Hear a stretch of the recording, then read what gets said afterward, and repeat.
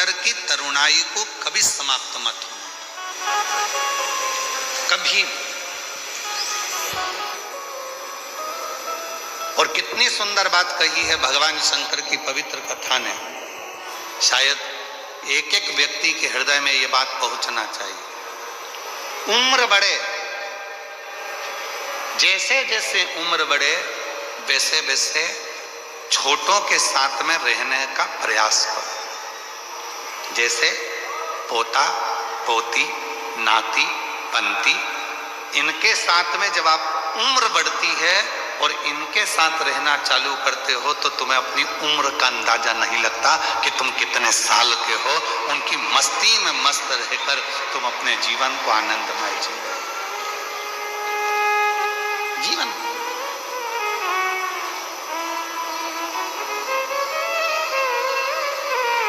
भगवान शिव जी से पूछा, भगवान देवादिदेव महादेव 33 कोटि देवता में केवल एक देवादिदेव महादेव ऐसे हैं जिनकी बहुएं भी आई, जिनके नाती पंती भी हुए। देवादिदेव महादेव ऐसे हैं, 33 कोटि देवता में केवल एक शंकर भगवान ऐसे हैं। किसी देवता ने अपनी लड़की का कन्यादान नहीं करा, पर 33 कोटि देवता में केवल देवादिदेव महादेव ऐसे हैं जिन्होंने अपनी बेटी का कन्यादान भी करा। अशोक सुंदरी 33 कोटि देवताओं में एक देवता भगवान देवादिदेव महादेव ऐसे हैं जो कन्यादान भी करे हैं, जिनके घर में बहुएं भी आई हैं, रिद्धि सिद्धि भी आई है, जिनके घर में शुभ लाभ पोते भी आए हैं, फिर पर पोते आमोद और प्रमोद भी आए।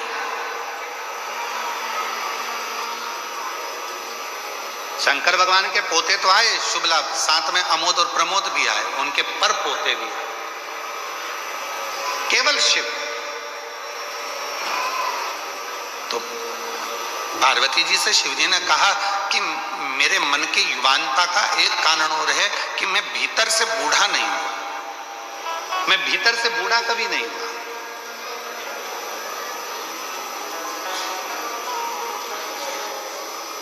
मैं अपने पोतों के साथ में, अपनी बेटी के साथ में, अपने बेटे के साथ में बैठता हूं, मिलता हूं, बातें करता हूं। और आप लोगों से भी क्या कहते हैं, जब शिव जी के मंदिर में एक लोटा जल चढ़ाने के लिए जाओ, शंकर जी के मंदिर में जब एक लोटा जल लेकर जाओ, थोड़ी देर अपने पिता के पास में बैठो, भगवान के पास में बैठो और पिता के पास में बैठकर अपने मन की बात करो। संसार के लोगों से कहोगे तो हो सकता है कि वो एक ना एक जगह पर जाकर कह दें, बाद में तुम्हारी हंसी उड़ा दें, बाद में तुम पर उंगली उठा दें, बाद में तुम्हारे लिए अपशब्द कह दें, बाद में तुम पर ताना दे दें। पर यदि तुम्हारे मन में कोई दुख है, तकलीफ है, कष्ट है, परेशानी है, तो जाओ एक लोटा जल अपने घर से भरकर शंकर के मंदिर तक लेकर जाओ और देवादिदेव महादेव को जल चढ़ाकर अपने हृदय की बात कहो, तो धीरे धीरे वो दुख, वो तकलीफ, वो कष्ट तुम्हारा मिटते चले जाएगा। वो दुख मिटेगा, वो कष्ट मिटेगा, वो तकलीफ मिटेगी।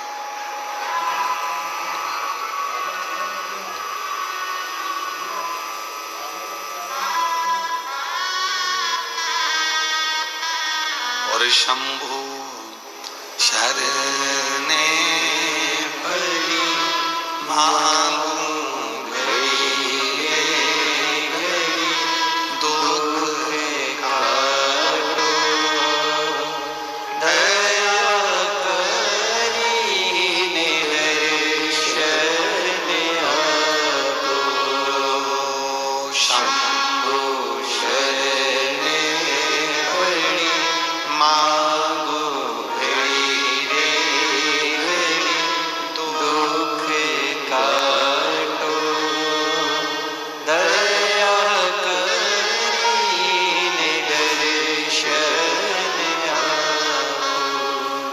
पास थोड़ी देर जाकर बैठो,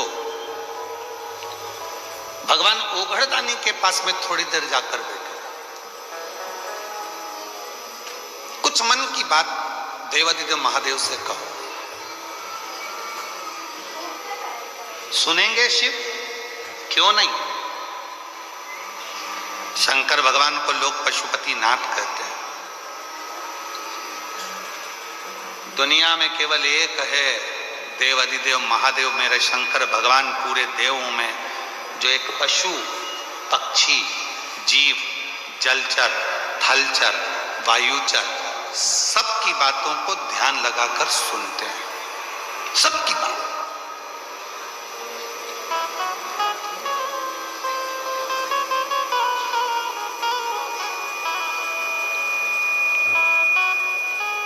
और मेरे ओघड़दानी मेरे शंकर भगवान जब सबकी बातों को ध्यान लगाकर सुनते हैं तो उनके उस बोले हुए वचन को पूर्ण भी करते हैं।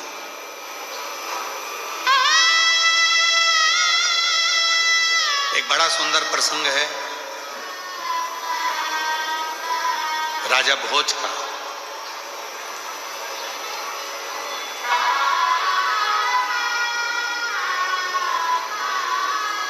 भगवान शंकर के परम भक्त थे राजा भोज, शिव के उपासक थे राजा भोज।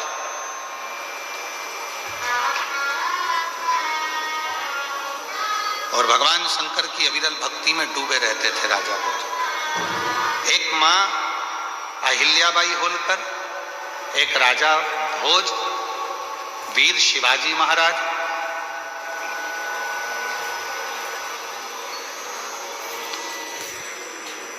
ऐसे शिव के भक्त थे जो भगवान शंकर की अविरल भक्ति में दिन रात डूबे रहते थे, दिन रात। अपनी प्रजा का संचालन भी करते थे, अपनी प्रजा को देखते भी थे, पर साथ में शंकर जी की अविरल भक्ति को धारण भी करते थे। और मेरी जीजियों, मेरे जीजाओं, मेरी बेटियों, बेटाओं में और मेरे बुजुर्ग माँ बापों से निवेदन है, मेरे माता पिता से निवेदन करूं, तुम दिन भर व्यस्त रहो, तुम अपने काम में डूबे रहो, अपनी फैक्ट्री में डूबे रहो, अपने दुकानों में डूबे रहो, अपने कार्य में, अपनी नौकरी में, अपने सब काम में डूबे रहो, मना नहीं है, पर निवेदन है 24 घंटे में से कम 24 मिनट भी ना निकले तो 24 सेकंड ऐसे निकालो जो भगवान शंकर के पास जाकर बैठकर अपने मन की बात कह सको और शिव जी आपके मन की बात की पूर्णता कर सके।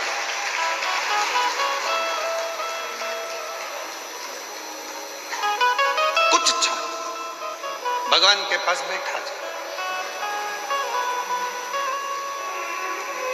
और जब हम उनके पास में बैठेंगे, अपने हृदय की बात कहेंगे, तो कुछ ना कुछ वो सुनेंगे, जरूर सुनेंगे।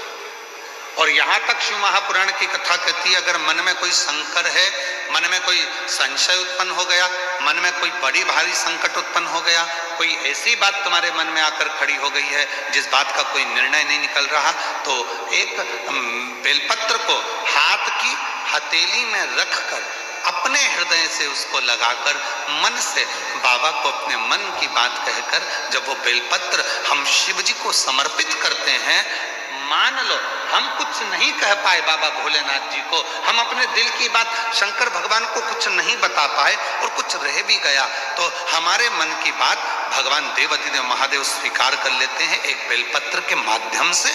जो हम चाहते हैं शिव उसको स्वीकार कर कर हमारी झोली खुशियों से भरना प्रारंभ कर देते हैं। एक बेलपत्र हमारी पूरी बात को शिव जी तक कह देते हैं।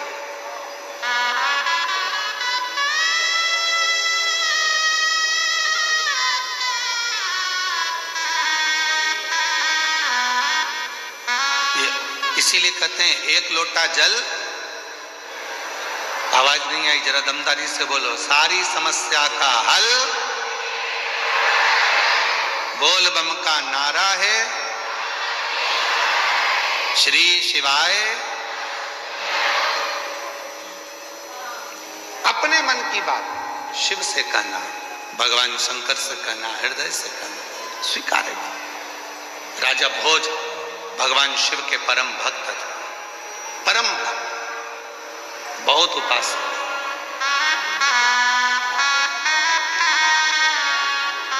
और शिव की अविरल भक्ति में दिन रात राजा भोज लगे रहते थे, भगवान शंकर की आराधना करा करते थे।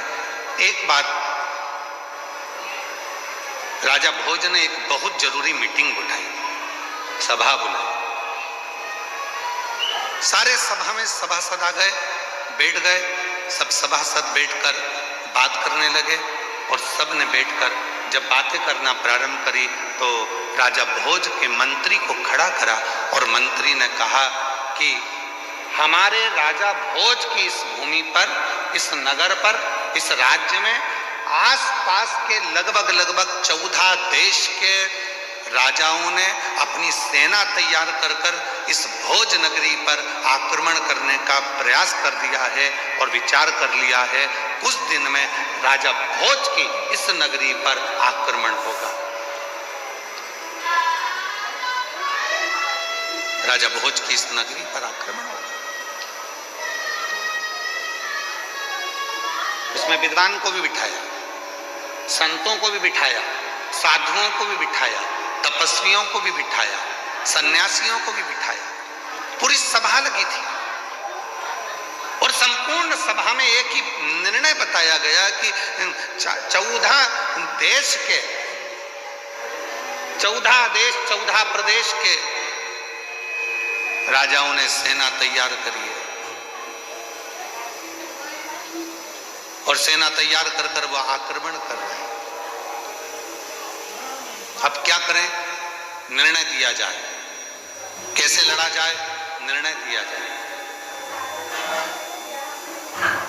इतने में मंत्री ने कहा, महाराज अपने पास में तो एक देश से लड़ने की सेना है, पर बाकी के देशों से लड़ा जाए इतनी सेना हमारे पास में नहीं।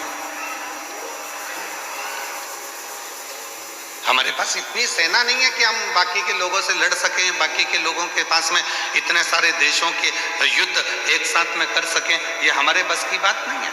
तो अब कोई निर्णय निकाला जाए। तो सब ने निर्णय निकाला, सब ने कुछ कहा, कोई कुछ कहता था, कोई कुछ कहता था। कोई कहता था कि अपने देश में चारों तरफ खड्डे खोद कर उसमें आग लगा दी जाए जिससे दूसरे देश का व्यक्ति हमारे देश में ना आए। फिर किसी ने कहा हिंसक पशु पक्षियों को छोड़ दिया जाए जिससे ये सब समाप्त हो जाए। डीले खत्म, कम करो, बाहर की आवाज थोड़ी ज्यादा आ रही है उसको कम करो। कुछ ना कुछ ऐसा करा जाए जिससे ये सब हमारे पास में ना पहुंच पाए, ना पहुंच। तो फिर करें क्या? उसी में एक विद्वान बैठा हुआ था। उस विद्वान ने तुरंत कहा, एक काम करते हैं, हमने सुना है कि भगवान देवादिदेव महादेव को अगर प्रसन्न कर लिया जाए और भगवान शंकर यदि प्रसन्न हो गए, शिव यदि प्रसन्न हो गए, तो फिर कुछ भी दूसरा देश का कोई सैनिक हमारा बाल बांका नहीं कर सकता। ये विद्वानों ने राजा भोज से कह दिया और राजा भोज ने तुरंत शिव को प्रसन्न करने के लिए, भगवान शंकर को प्रसन्न करने के लिए राजा भोज ने अपने जितने आभूषण थे, रतन थे, माणिक थे, मोती थे, जितने भी हीरे पन्ना थे, सब शिव जी को समर्पित करना प्रारंभ कर दिया। जगह जगह पर जाते भगवान शंकर की पूजन करते, जिस ज्योतिर्लिंग में जाते शिव की आराधना करते, शंकर भगवान पर सोना चांदी हीरा पन्ना चढ़ा देते, माणिक चढ़ा देते, मोती चढ़ा देते, रतन चढ़ा देते, आभूषण चढ़ा देते। सारे जगह पर जा जाकर शंकर की आराधना करते, माणिक मोती हीरा पन्ना सोना चांदी सब चढ़ाते, पर शिव जी प्रसन्न नहीं। और इससे पहले अभी जो मुंबई में कथा हुई थी उसमें हमने एक बात कही थी, आप लोगों के स्मरण में होगी, शायद आप लोगों ने ध्यान दिया होगा। उस कथा में कहा था, मेरे शंकर भगवान को रिझाने के लिए बहुत सारे धन की जरूरत नहीं है, मेरे शंकर भगवान को रिझाने के लिए बहुत सारे वस्त्र की जरूरत नहीं है, मेरे शंकर भगवान को रिझाने के लिए बहुत सारे आभूषण की जरूरत नहीं है, मेरे शंकर भगवान को रिझाने के लिए बहुत सारा आडंबर की जरूरत नहीं है, मेरे शंकर भगवान को रिझाने के लिए बहुत सारे वस्त्र बदलने की जरूरत नहीं है। मुंबई की कथा में कहा था, शंकर भगवान को रिझाना है तो दिल से जाकर एक लोटा जल समर्पित कर दो और 3 बार ताली बजाकर हर हर महादेव कह दो, मेरा शिव प्रसन्न हो जाता है, मेरा शंकर प्रसन्न हो जाता है।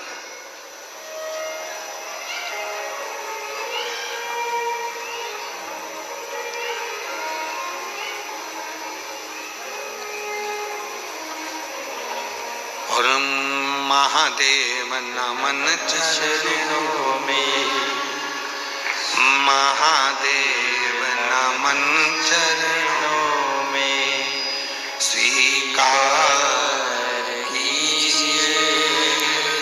सबका किया है मेरा भी उद्धार कीजिए, उद्धार कीजिए। हे त्रिपुंडधारी, हे त्रिशूलधारी, हे त्रिपुंडधारी, हे त्रिशूलधारी। चरणों में तेरे बाबा जी पावन है चारों धाम। चरणों में तेरे बाबा जी पावन है चारों धाम। तेरी देव करते वंदना पूजे सीताराम। तेरी देव करते वंदना पूजे सीताराम। हो जाए पूरी कामना, हो जाए पूरी कामना। उपकार कीजिए, सबका किया है मेरा भी उद्धार कीजिए, उद्धार कीजिए। हे त्रिपुंडधारी, हे त्रिशूलधारी, हे त्रिपुंडधारी, हे त्रिशूलधारी। क्या शिव धन से प्रसन्न हो जाते हैं?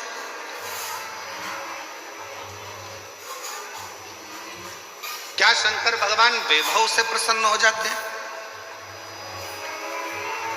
क्या शंकर भगवान बहुत सारे माणिक मोती हीरा सोना चांदी अंबर पीतांबर से प्रसन्न हो जाते हैं?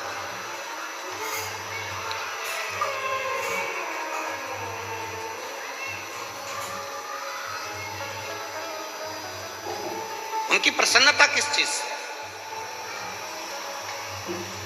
हमारे सूरत वाले सोमानी जी बैठे हैं जिनका कपड़ों का यहाँ काम है। प्रणाम। ये सूरत से इन्होंने कई बार पहले सीहोर में कुबेरेश्वर धाम में आकर कथा के कम से कम इन्होंने 3-4 कथा अपने सीहोर में कराई। एक बार उनके लिए भी जोरदार ताली बजा। बहुत सारी। तो एक बार हमने बाती बात में इनसे पूछ लिया था कि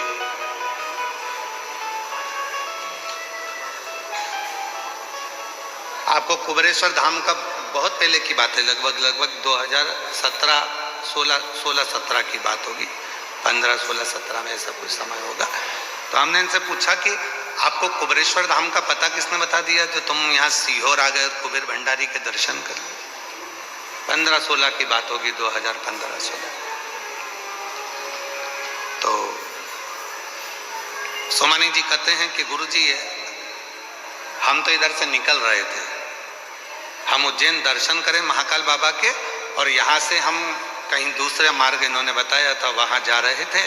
तो हमारा मन ऐसा करा कि यहाँ हम उस समय पर कुबेरेश्वर बाबा का धाम हमने देखा नहीं था। हमारा मन करा कि यहाँ कोई स्थान ऐसा है जो हमको खींच रहा है।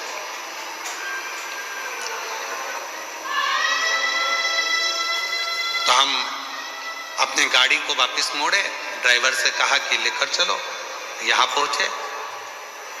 उस समय पर सोमानी जी जब आए थे तो हम धाम पर एक टूटी हुई खाट थी, कहे सोमानी जी, टूटी हुई पलंग थी, एक खटिया रस्सी से बुनी हुई थी, उसका एक 3 पाया था, एक पाए में ईंट फंसी हुई थी, एक के ऊपर एक ईंट रखी हुई थी और 3 पाए उसके थे, उस पे हम बैठे हुए। ये आए, हमने पूछा क्यों, कहाँ से आए? तो कहा हम गुजरात सूरत से। हमने कहा तुम यहाँ अंदर कैसे आ गई वीराने में? ये तो सब पेड़ पौधे जंगल है, अंदर आने का रास्ता भी है। बस ऐसा लगा कि अंदर कुछ है, आए। छोटा सा झोपड़ा था ये। उस दिन 1 दिन रुके, 2 दिन रुके, 3 दिन रुके। 3 दिन बाबा की खूब कंकर संकर सेवा करी और चले गए। चौथी बार आए तो ना जाने 4-5 गाड़ी भर के आ गए। फिर आए तो हमने फिर पूछा कि ऐसा क्या मिलता है तुमको कुबेरेश्वर धाम आने पर? तो कहा यहाँ आने वाला व्यक्ति कभी खाली नहीं रहता, जितनी बार आता है उतनी बार लेकर जाता है। ये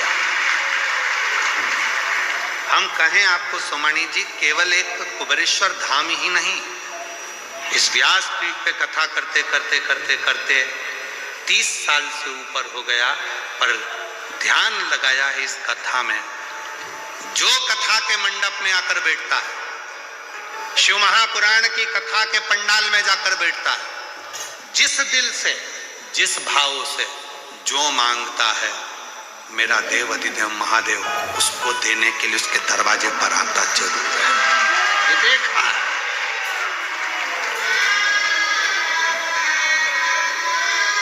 एक पत्र है, देखिए, एक बहन ने लिखा है,